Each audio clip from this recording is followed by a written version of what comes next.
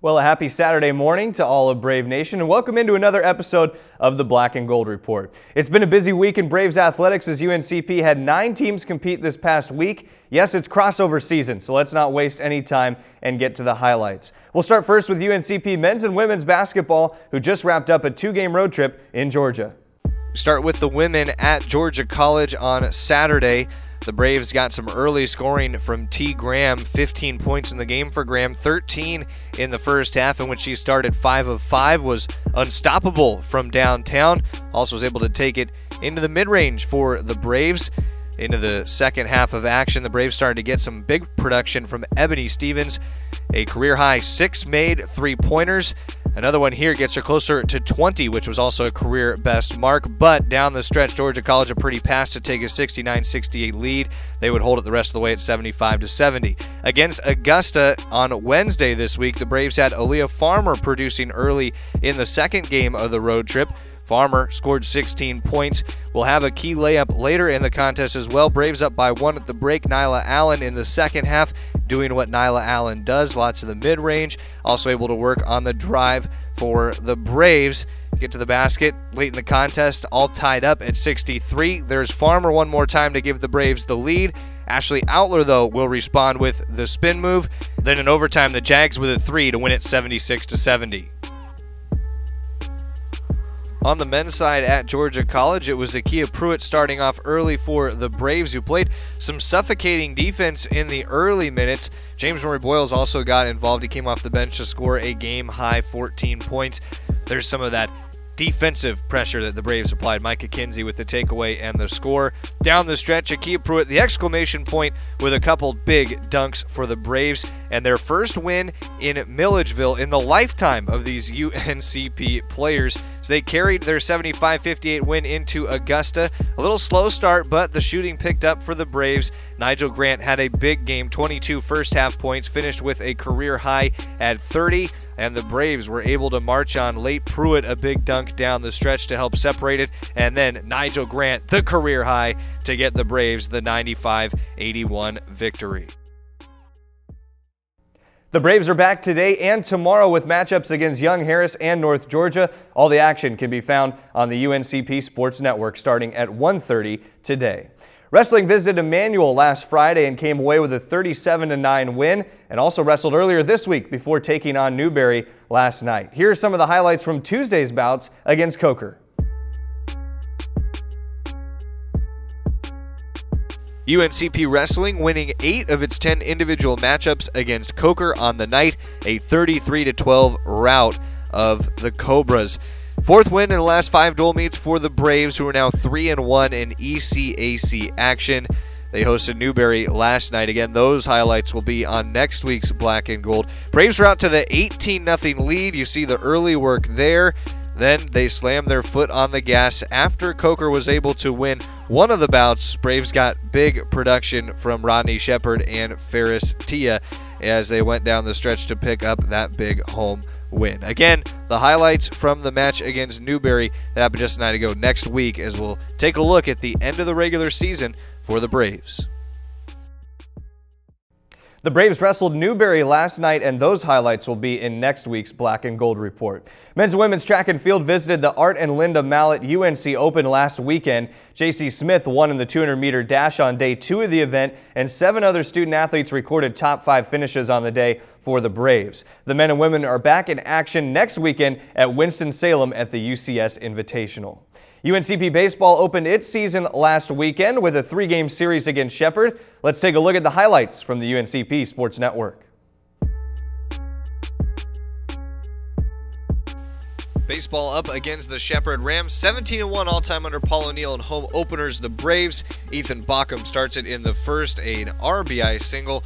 Braves score 2 on an errant throw. Plus 1 home on a wild pitch in the inning for the Braves, out to that early 3-0 lead. Now in the 5th, up 4-1. Kevon Perkins, a big diving catch into foul ground. A plus defensive play for the Braves behind their starter Anthony Burke, who threw 6 one-run innings. Top 4 of the order combined to go 7 for 11 for the Braves as well.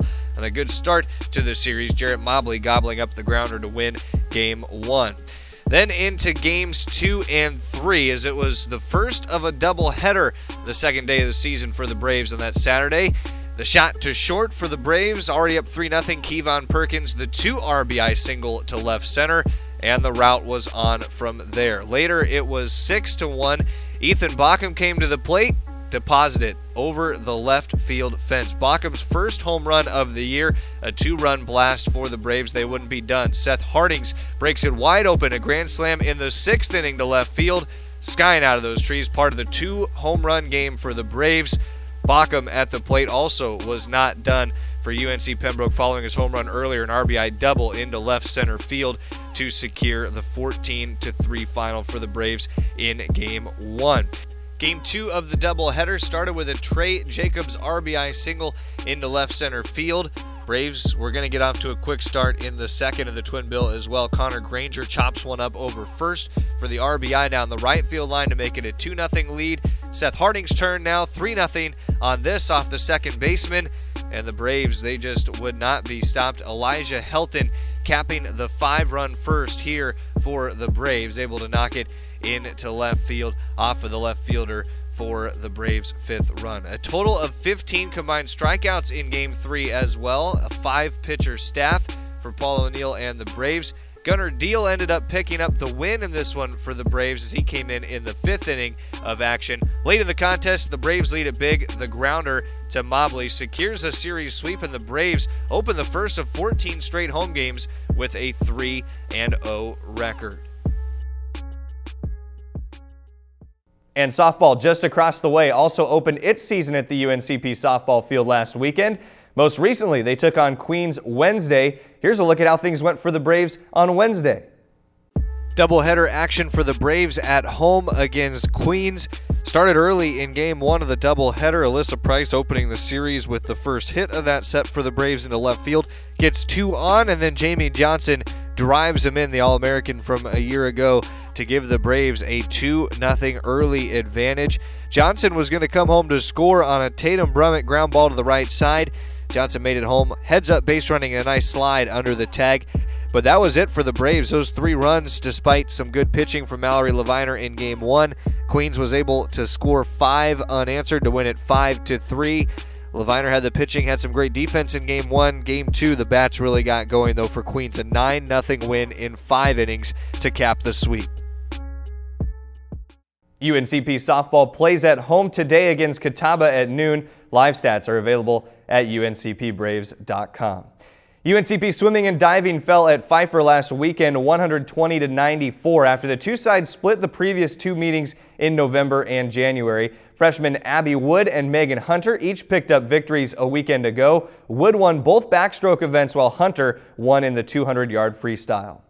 To complete last weekend's competition, UNCP golf garnered a 6th-place finish at the Barton Invitational, and freshman Maddie Corley won the individual championship in just her 4th career tournament. Corley needed 1 sudden death playoff hole to win the title at 4 over par. It was the first Brave individual title win since Katie Flax won last season. Baseball, softball, both basketballs, and swimming and diving are all in action today. We'll talk more about that schedule in our final segment of the show. But first, we'll take a break and come back to get UNCP football head coach Shane Richardson's thoughts on his signing day Wednesday. Stay tuned. That's next here on the Black and Gold Report.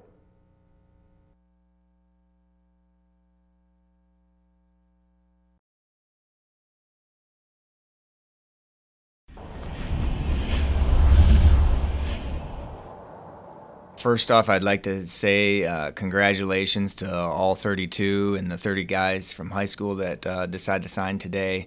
I think it's really a compliment to those guys to take a chance on UNC Pembroke football and the institution, university that we have here. And I really congratulate those guys for taking the step to have the courage to do that.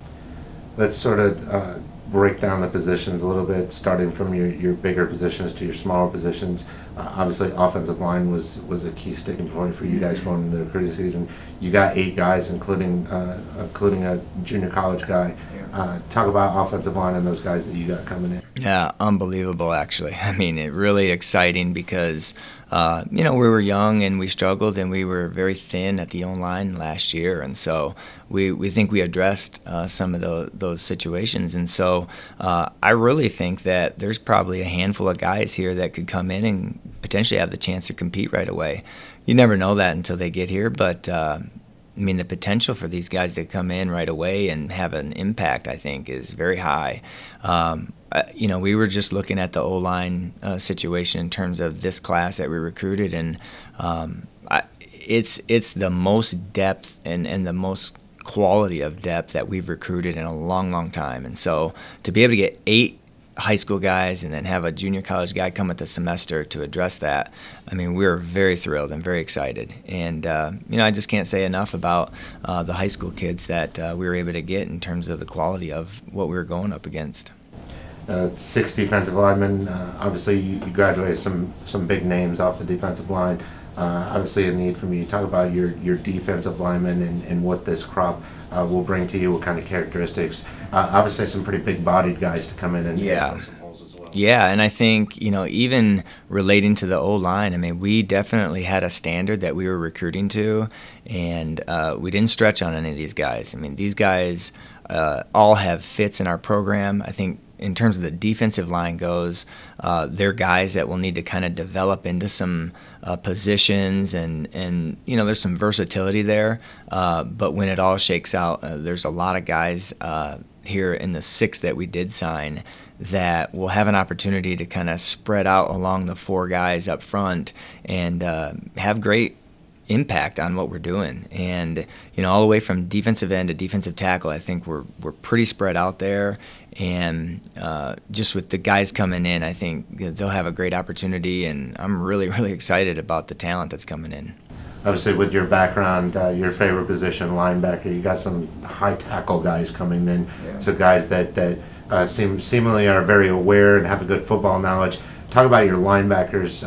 You've had some great ones over the year, and it looks like you have possibility with these new ones coming in. Well, I think really 2 of these guys, when we rank our guys on film, 2 of the ones that we signed had some of the highest rankings out of the whole entire class. And so we're extremely thrilled about what they can bring to the table. And, in particular, we signed 3 guys from Mallard Creek, Keyshawn Martin, Cam Lowry, and Masanka Kanku.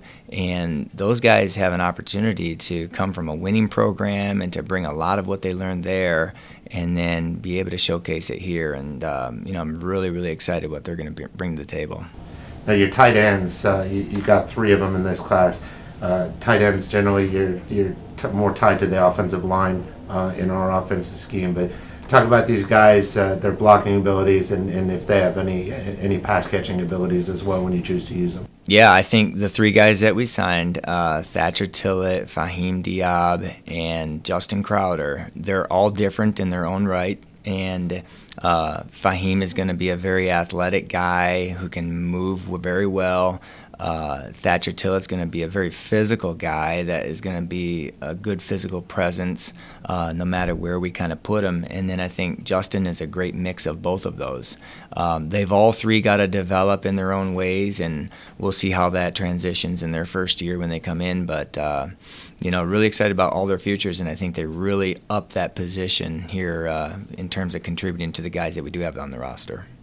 Let's move. The rest of the positions are 2 guys apiece. Let's talk about an important position on the field, the quarterback position. Josh Jones out of Wilmington Hoggard, and then Logan McFadden out of Rock Hill in high school in South Carolina. Guys with real good size for quarterbacks. Obviously, Josh Jones, real good playoff game, semifinal against Scotland High School right up the road, passed for over 500 yards and 6 touchdowns. You got to be really happy with the programs that these guys are coming from and what they'll bring to the table. No question. These 2 guys were our top 2 guys out of anybody that we evaluated, and we targeted both of them. We wanted both of them. We wanted to sign 2 guys, and we got the 2 that we wanted. And so can't say enough about Josh Jones and Logan McFadden. Josh is a guy that obviously is a local 910 guy that we've known about for a long time. Just brings a lot of great intangibles.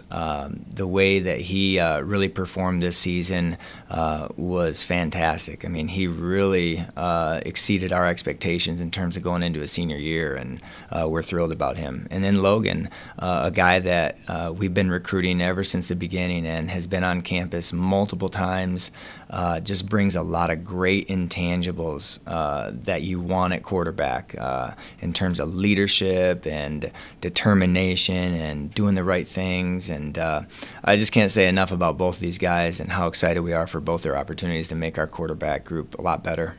Sort of segueing into the guys that they throw to, wide receivers. Again, you got some guys with some good size coming in. Yeah, Teddy Creasy and Trey Dixon, both very solid receivers that are going to be coming in. And, you know, we signed a big class of receivers like a year ago. Didn't feel like we needed to stretch or, you know, have to sign a bunch of guys at that position. Those two guys would be very solid contributors. Great size, great movements, very solid ball skills and catching ability. Very excited about both those guys. And your running backs, a couple of good ones there as well.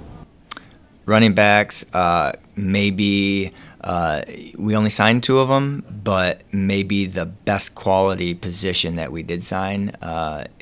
It's a close race, and different coaches on our staff will debate this, but these 2 guys coming in with McKinley Nelson and D'Angelo Blair Young, they're the 2 best guys that we had ranked at running back, and they're going to be able to run the ball for us, and they may have a role right away, and we're really excited to see what they can do. And then the last position, super important position, especially in a defensive scheme, your secondary. You signed 2 defensive backs, guys that looks like they have really good speed and really good hands. Talk about the excitement level with your defensive backs coming in and how you think those guys will compete. Yeah, I think we're in a very good place with our DBs right now. And so, again, kind of like wide receiver, we wanted to make sure that we signed the right ones. We took 2 with John Jones and Jace Allen. And so those guys, they're different. John's a little longer, Jace is a little shorter, quicker. But they both bring a ton of athleticism, very good in their transitions and their movements. Jace is a 3-sport athlete, you know, does backflips all over the place and is extremely acrobatic. And, you know, John came and worked out on campus and maybe had the best workout in terms of defensive back that we brought in. And so these 2 guys would be great fits for our system. They're going to add to the depth that we already have in place, and they should be very good for us for a long time. Yeah.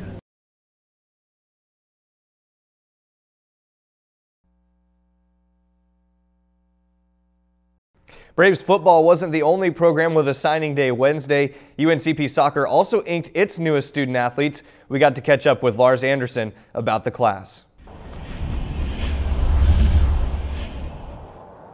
Let's talk individually through each of the players. Let's go one by one of the 5 that you guys have right now. Starting with Randy Addison, you know, what did you see from her in the recruiting process? Randy is an incredibly versatile player. She actually came to our ID camp, and at that time she was an unknown player, and I'm ashamed to say this. She should have been on our radar. She came to our ID camp and just blew it out of the waters. She's incredibly fast. She's very athletic.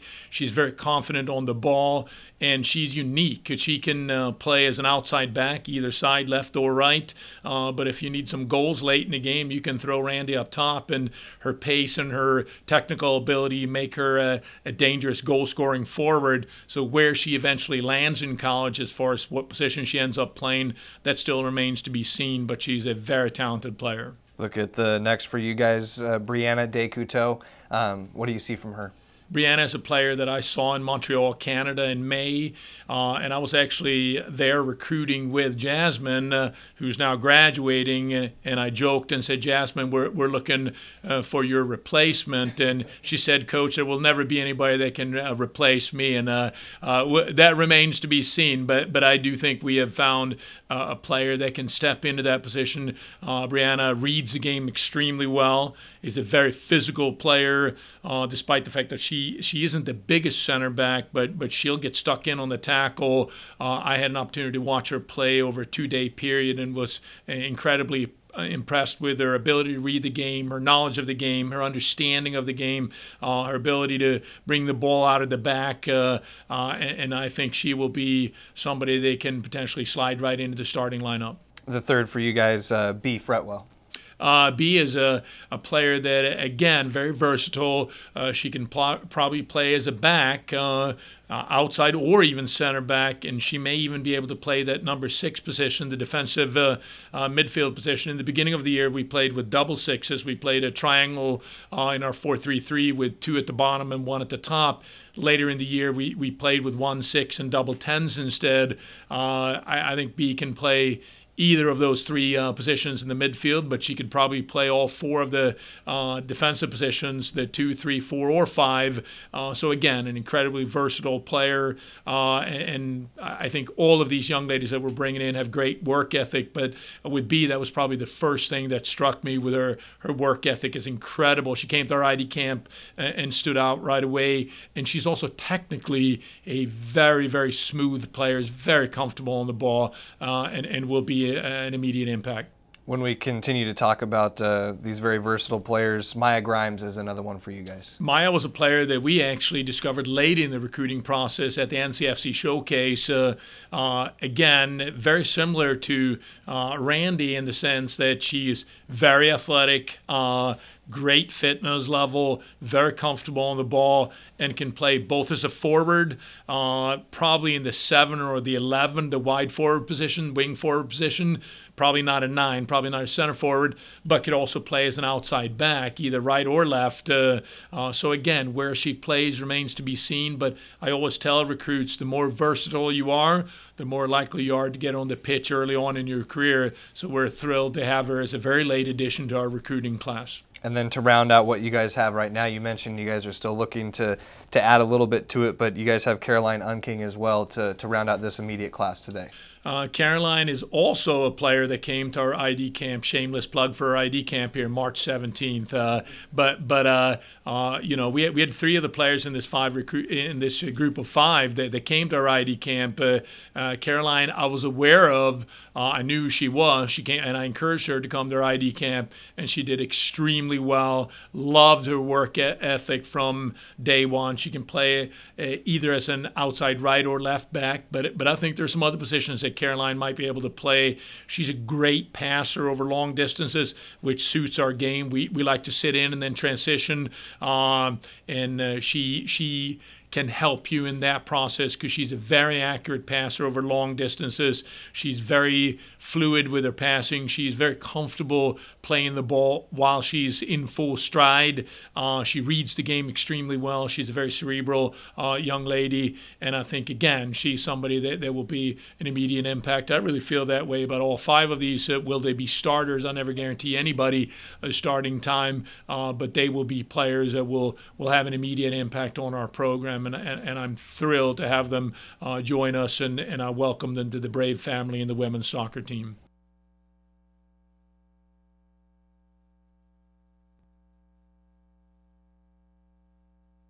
A busy day of UNCP athletics in Pembroke today. As mentioned, you can watch the Braves men's and women's basketball teams at 1:30 and 3:30 on the UNCP Sports Network or at Lumbee Guarantee Bank Court. They both take on Young Harris. And then baseball and softball both play at home today with live stats available on UNCPBraves.com. Softball starts a doubleheader at noon against Catawba. Baseball taking on Indiana of Pennsylvania in a twin bill starting at 1 o'clock. We'll have all the highlights on next week's Black and Gold Report. Until then, this is Trevor Williams saying thanks for being with us today and enjoy the rest of your week.